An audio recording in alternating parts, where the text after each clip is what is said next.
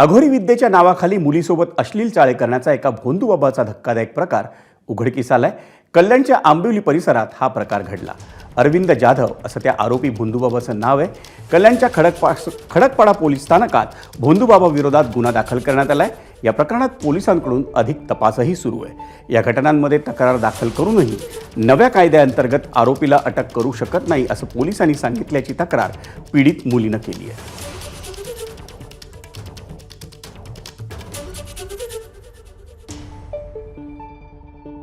मी एका बाबाकडे गेले होते। त्यांचं नाव आहे अरविंद जाधव, मोन्या गावात राहतात ते। तर त्यांच्याकडे मी माझा फॅमिली प्रॉब्लेमसाठी गेले होते। घरामध्ये थोडे प्रॉब्लेम होतं, ते सॉल्व्ह करण्यासाठी मी तिकडे गेले। पण त्या बाबांनी माझ्यासोबत खूप घाणेरड्या प्रकाराने कृत्य केले। म्हणजे की मी माझ्या रिलेटिव्हला घेऊन गेले होते, एका रूममध्ये मला बसवलं, माझ्यासोबत बोलत होते की तू खूप प्रॉब्लेममध्ये, तुझ्या अडचणी मी दूर करेल, अशा प्रकारे ते पूर्ण माझ्या बॉडीला टच करत होते।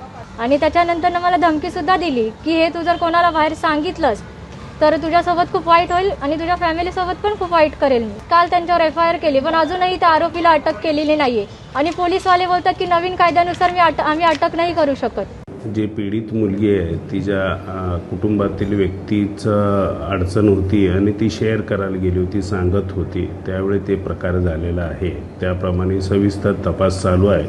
तपास करू आणि कारवाई चालू आहे।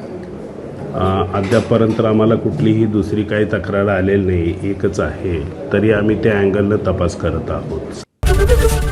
ABP माझा, उघडा डोळे बघा नीट।